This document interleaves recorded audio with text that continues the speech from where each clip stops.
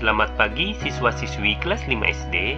Hari ini kita akan belajar ilmu pengetahuan sosial dengan materi peristiwa kedatangan bangsa Barat.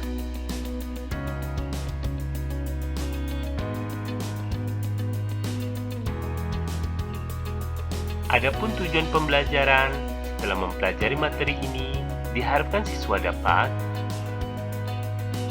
menganalisis peristiwa kedatangan bangsa Barat ke Indonesia,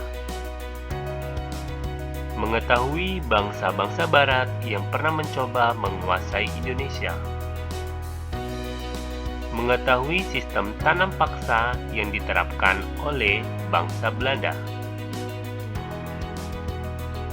peristiwa kedatangan bangsa Barat. Bangsa Indonesia merupakan salah satu bangsa di dunia yang memiliki banyak kekayaan alam, baik berupa hasil bumi maupun bahan tambang. Akan tetapi, kekayaan alam yang dimiliki bangsa Indonesia ternyata juga menjadi incaran bangsa-bangsa lain, terutama bangsa-bangsa Eropa. Mulai akhir abad 15, bangsa Eropa berusaha melakukan penjelajahan samudera. Bangsa Eropa yang pernah melakukan penjelajahan dan penjajahan di Indonesia dimulai oleh bangsa Portugis. Kapal mereka pertama kali mendarat di Malaka pada tahun 1511. Berikutnya ialah bangsa Spanyol yang mendarat di Tidore, Maluku pada tahun 1521. Kemudian disusul oleh bangsa Belanda. Kapal-kapal Belanda pertama kali mendarat di Pelabuhan Banten pada tahun 1596. Bangsa Inggris tahun 1811 datang ke Indonesia dan menguasai Batavia atau Jakarta. Terjadinya penjajahan bangsa Indonesia tentu dilatar belakangi oleh banyak faktor, baik dari luar negeri maupun dari dalam negeri. Faktor penyebab terjadinya penjajahan terhadap bangsa Indonesia yang datang dari dalam negeri diantaranya sebagai berikut. 1. Orang-orang Indonesia di masa lalu mudah dipengaruhi oleh kepentingan asing. 2. Penjajah menawarkan sejumlah uang pada orang-orang tertentu yang rakus dan mereka mau melakukan apa saja. Asal ada uang, maka semua orang bisa jadi teman. Tak peduli dengan sebenarnya ia lawan yang sengaja menjatuhkan. 3. Kurangnya persatuan dan banyak timbul perpecahan. Antar suku justru selalu berperang dan ingin menguasai banyak wilayah.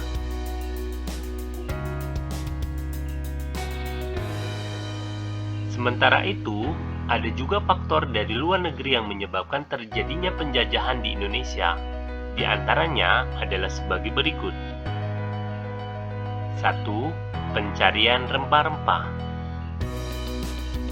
Harga rempah-rempah yang sangat mahal kala itu bahkan bisa disejajarkan dengan harga emas.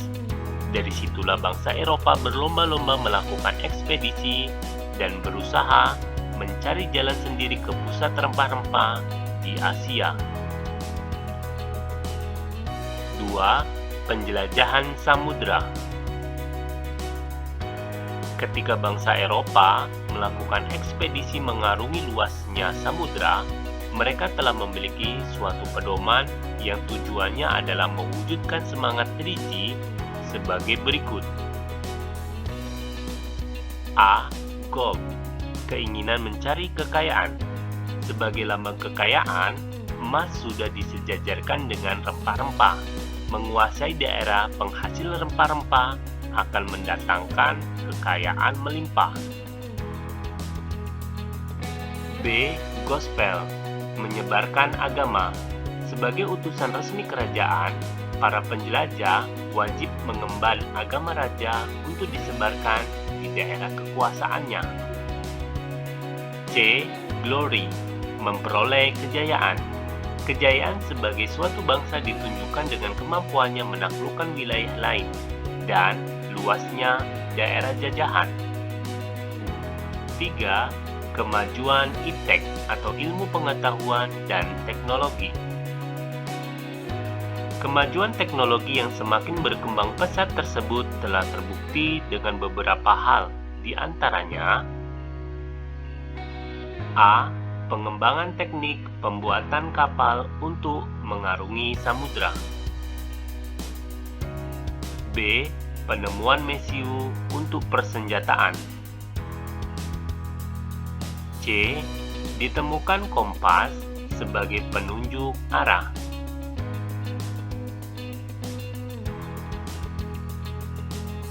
Sistem tanam paksa. Pada masa penjajahan Belanda, Johannes van der Bos dilantik menjadi gubernur jenderal pada tahun 1830. Van der Bos menerapkan sistem tanam paksa. Ketentuannya antara lain sebagai berikut. 1. Petani harus menanami 1/5 bagian tanahnya dengan jenis tanaman yang sudah ditentukan. 2. Tanah yang telah ditanami tanaman wajib bebas dari pajak. 3. Hasil tanaman harus dijual kepada Belanda. 4. Kerusakan tanaman menjadi tanggung jawab pemerintah Hindia Belanda. Dalam pelaksanaannya, sistem tanam paksa lebih memberatkan rakyat. Sistem tanam paksa menyimpang dari ketentuan awal. Penyimpangan itu adalah sebagai berikut. 1. Tanah yang harus ditanami lebih dari setengah bagian. 2. Petani bekerja sepanjang tahun dengan melakukan penanaman tanaman wajib. 3. Pajak harus tetap dibayarkan meskipun telah ikut menanam tanaman wajib. 4. Tanaman yang rusak menjadi tanggung jawab petani. Dengan demikian, jelas pelaksanaan sistem tanam paksa sangat merugikan dan menyengsarakan rakyat. Oleh karena itu, banyak pihak menentang sistem tanam paksa. Di antaranya adalah sebagai berikut. 1. Golongan pendeta. Golongan ini menentang atas dasar kemanusiaan. Adapun tokoh yang memelopori penentangan ini adalah pendeta Walter Robert van Hobel. 2. Golongan liberal. A. Edward Does Dekker dengan nama samaran Multatuli yang menentang tanam paksa dengan menulis buku yang berjudul Max Havelaar. Ia mengajukan tuntutan kepada pemerintahan kolonial Belanda untuk lebih memperhatikan kehidupan bangsa Indonesia, karena kejayaan negeri Belanda merupakan hasil tetes keringat rakyat Indonesia. Does Dekker mengusulkan langkah-langkah untuk membalas budi baik bangsa Indonesia, di antaranya sebagai berikut. 1. Pendidikan atau edukasi. 2. Membangun saluran pengairan atau irigasi. 3. Memindahkan penduduk dari daerah yang padat ke daerah yang jarang penduduknya, atau imigrasi transmigrasi. B. Francis van de Voort, seorang pengusaha perkebunan dengan menulis buku berjudul Zwicker Contracten atau kontrak kerja. Sistem tanam paksa atau Kulturstillcel juga dikritik karena mematikan usaha perkebunan swasta di Hindia Belanda.